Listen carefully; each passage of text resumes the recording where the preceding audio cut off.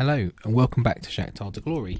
I think this is episode 50. It's been a little while as well since I've recorded a Shakhtar video. I think a couple of days at least, because I've been working on the experiment video, which should have dropped last Thursday. I hope, as long as everything. This is the Wednesday now. I'm just watching the Bayern game highlights, which, funny enough, we've got Bayern today against Real Madrid. I was working it, so all being well, that should drop tomorrow, being Thursday, which is the 3rd of May. And then we'll obviously have, I think this will be coming out, I think, on the Wednesday the following week. I think that's how it sets. Like I say, I'm a bit all over the place on my schedule at the moment. But yeah, we're here today for the Bayern game. Obviously, last time out, we played Paris Saint-Germain in the second leg of Champions League, and we had the draw as well, where obviously, as you can see, as I mentioned, we got Bayern Munich. Another tough game. They are winning the Bundesliga, I think, but they are being pushed a little bit. We're away in the first leg. Klopp is the manager, obviously. Let's have a quick look at the Bundesliga. Yes, they're only 3 points clear of Dortmund. Dortmund doing really well. The top two are kind of strolling it a little bit, though. But they are being, like I say, they are being pushed. So we're not getting that in our league. So whether that's a good thing or a bad thing, obviously we're not getting challenged as much. But at the same time, we can rest a few players and keep everyone fresh, nice and fit, and ready for this game. So what have we done since that PSG game? We've played, I think, a few games. I think it looked like it was going to be more because of the way the league broke. I think I had to play a lot between the PSG games. But then we've only got a couple as it looks now. We've played Ilicivet to beat them 5-0, our affiliate club, of course. Yaremchuk, we're going to have a quick look at this goal, because it said in the comments, in the commentary, his goal, which was actually our first goal of the game, that it is a strike he'd be proud of. Let's see if you agree. If it shows it, I think it should. He gets it on the edge there, he strikes it, hits a defender, hits another defender, and goes in. Not sure about you, but it's not a goal I'd necessarily be proud of. The own goal here that should have been Yaremchuk's as well wasn't much better. So Yaremchuk gets the ball wide on the left. He plays around a bit, comes back to him from Oya. He plays it inside, runs into the box. Paulinho, he finds Yaremchuk wide open in the space. He curls a shot in the bottom corner, and that's classed as an own goal by the goalkeeper. I'm not even sure what happened there, but we'll leave the highlights there for now. I say highlights, I mean, to call them highlights is stretching it a little bit. But Romero got a couple of goals. Ischenko got the other one as well. They did get a red card just in the death of half time, just before half time, which, I mean, we were already, I think we got a penalty from that as well. Now, I think the penalty was unrelated, actually. It was unrelated. It was the same minute, but it was unrelated. But we were 2-0 up by half time, and from there on we just cruised the second half, more than comfortable. That actually sealed us our place in the Europa League. But we then followed that up with a nice 5-1 win against Alexandria. They were 3rd or 4th, I think, at this point. Again, we mentioned it before in one of the episodes, because I was going to come back for this one, but before this team, without our lone players, they're not really anything, and that can be seen. They got a consolation on the hour. Jorgen Strand-Larsen getting his first goal in stoppage time.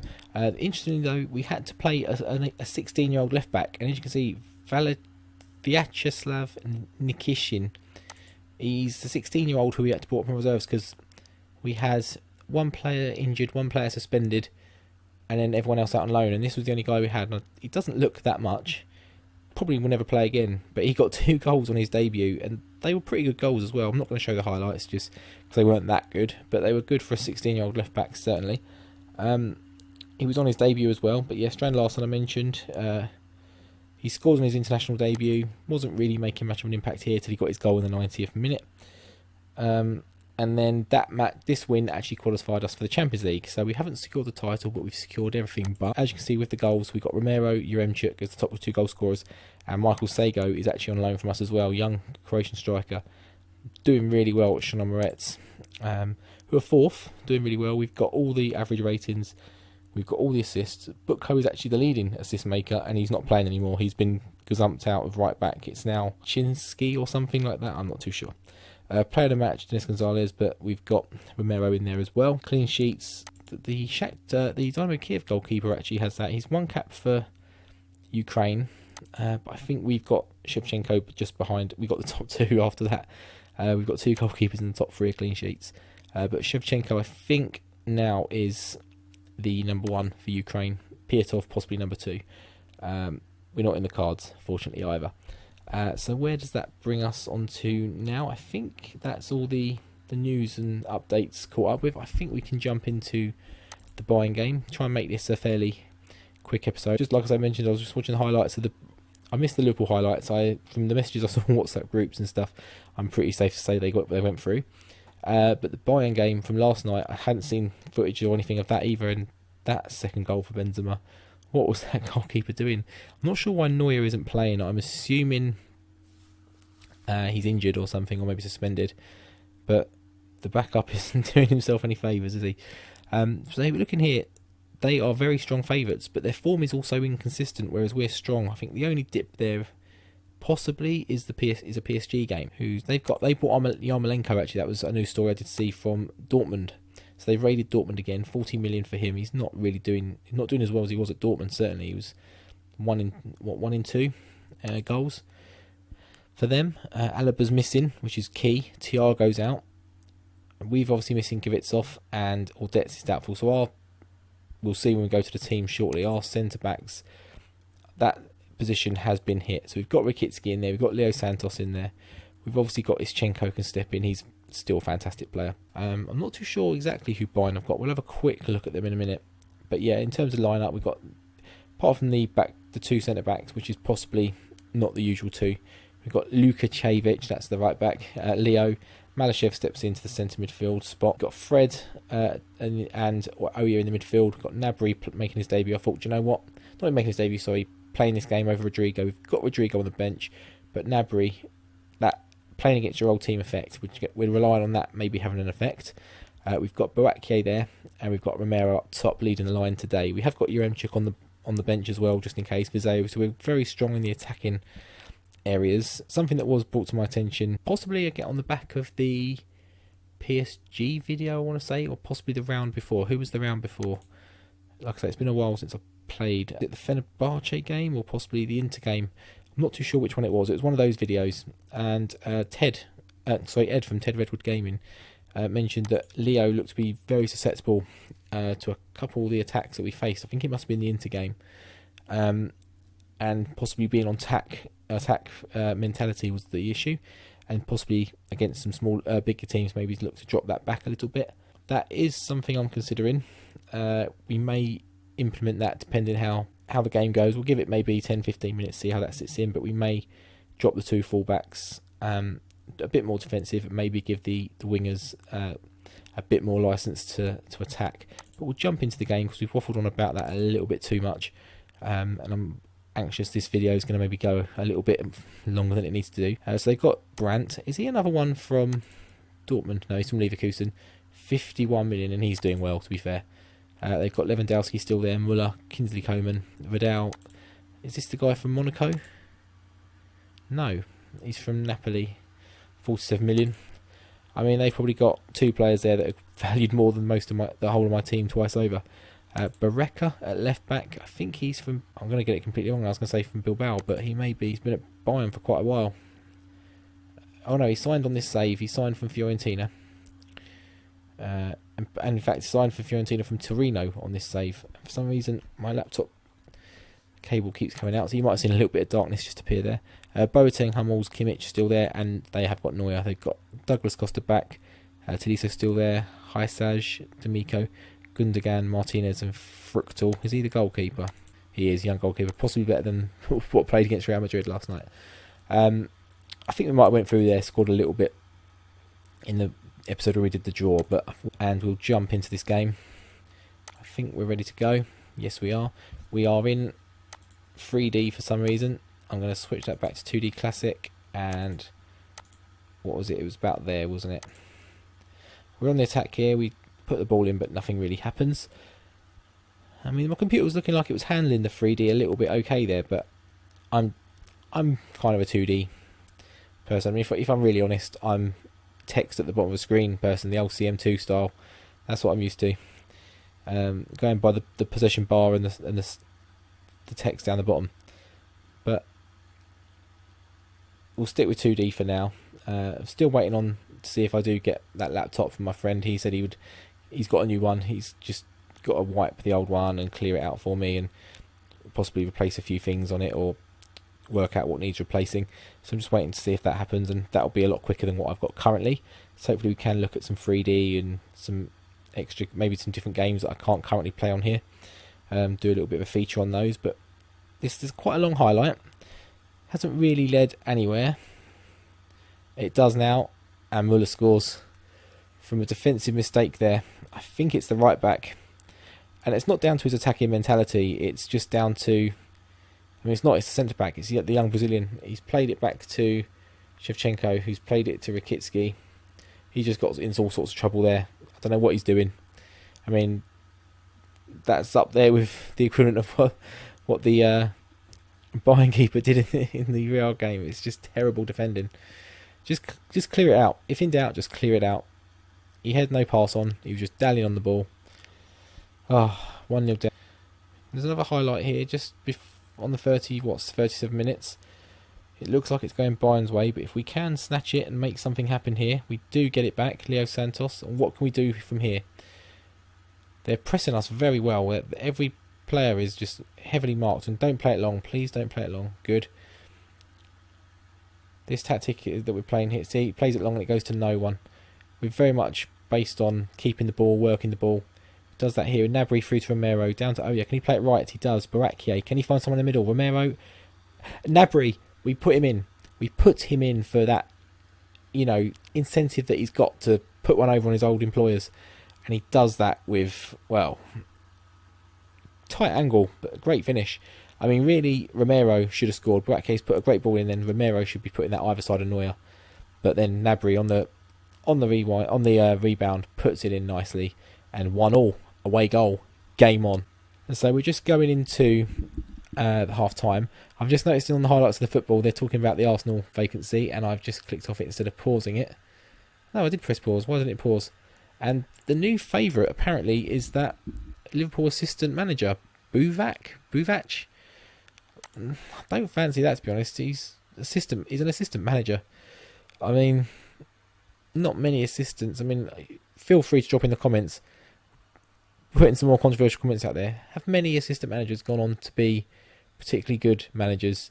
The last one I can remember having any sort of modicum, is that the word, of success is Steve McLaren. He was number 2 at Man United for a few years.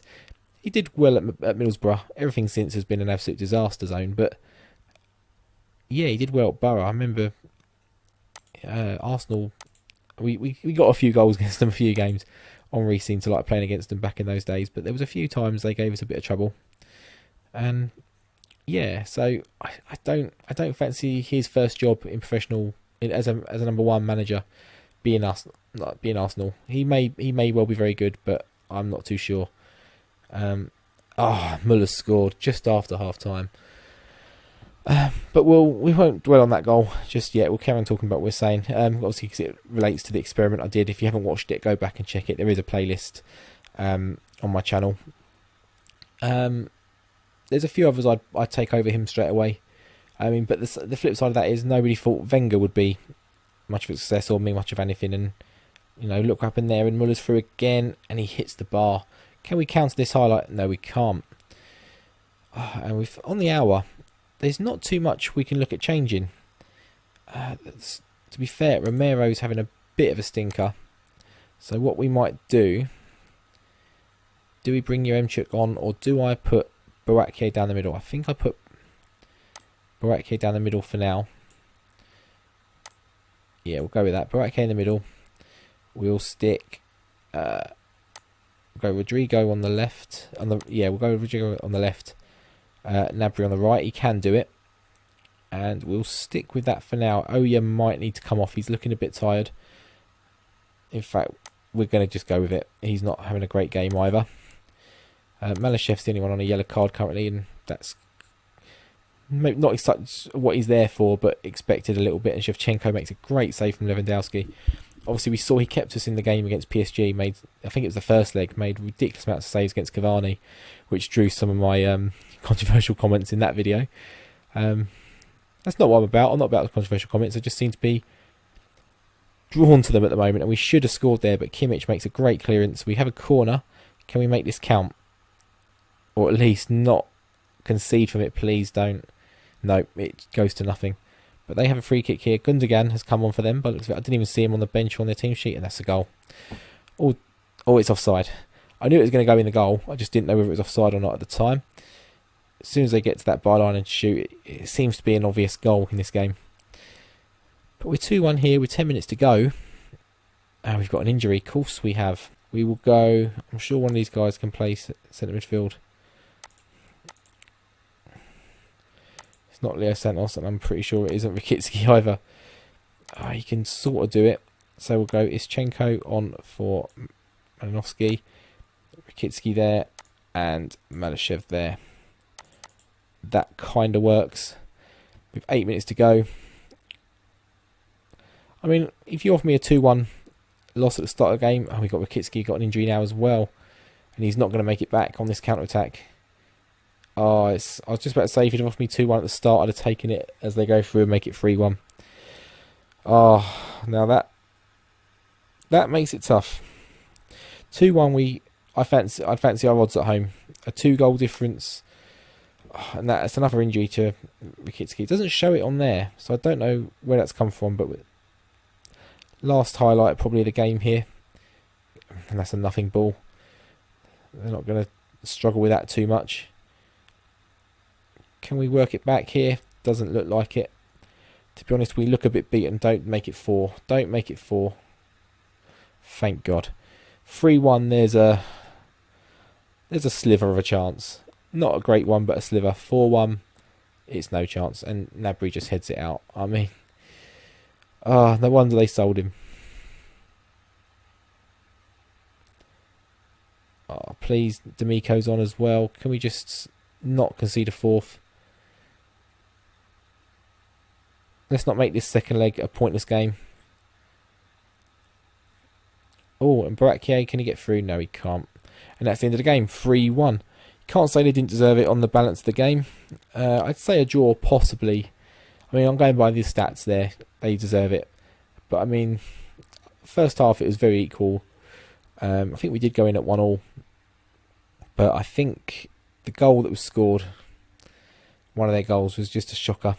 And it's a bit bitter, a bit of a bitter pill to take, really. I think a draw probably was a fair result there. They did show the dominance towards the end of the game. Once we start getting injuries and getting a bit... We got tired. We've been resting all these players and rotating, and they've got a tough run-in still with like their league to still play for, but we're the ones that got tired, obviously. So yeah, not happy about that. So next game, all Man United absolutely thumped Milan. Mata, Lukaku, Mkhitaryan and Ricardo Rodriguez with the goals. So we've only got one league game between these games, so I'm not going to bring you the Zoya game.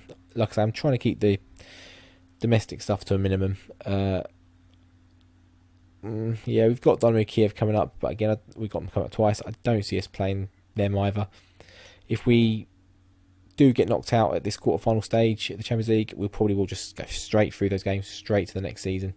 I don't want to start just filling episodes with domestic stuff. How long's he out for? He'll miss the second leg. Yeah, of course he will. So what we'll do, we'll come back. Oh, before I go, if you like this video, like this Shakhtar save, please drop a like on the video, drop a sub on my channel. I just want to say thank you, because I've been sat on 20 subscribers for a while. There hasn't been too much movement. It has sort of jumped up to sort of 24, 25 this week. Not 100% sure why. Possibly just some of the CEO have changed. There was a bit of a shout out, a retweet on Twitter from Cleon, who's a big name in the community. So if that, well, I want to say thank you for that anyway, but if that also had something to do with it, it's a double thanks, I guess. Regular sort of retweets, mentions, we've got Dodgy Gamer, Ted Redwood Gaming, one or two others, but it's just slipped my mind, so no offence meant.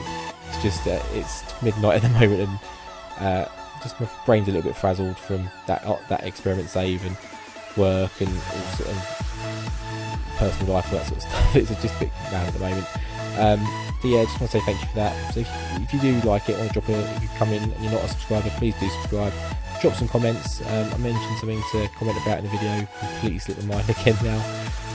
So feel free to comment that. I do comment on all. I do reply to all comments. So yeah, until the next time when we play the second leg at our ground against Bayern, hopefully to turn around a 3-1 deficit. I'll see you then.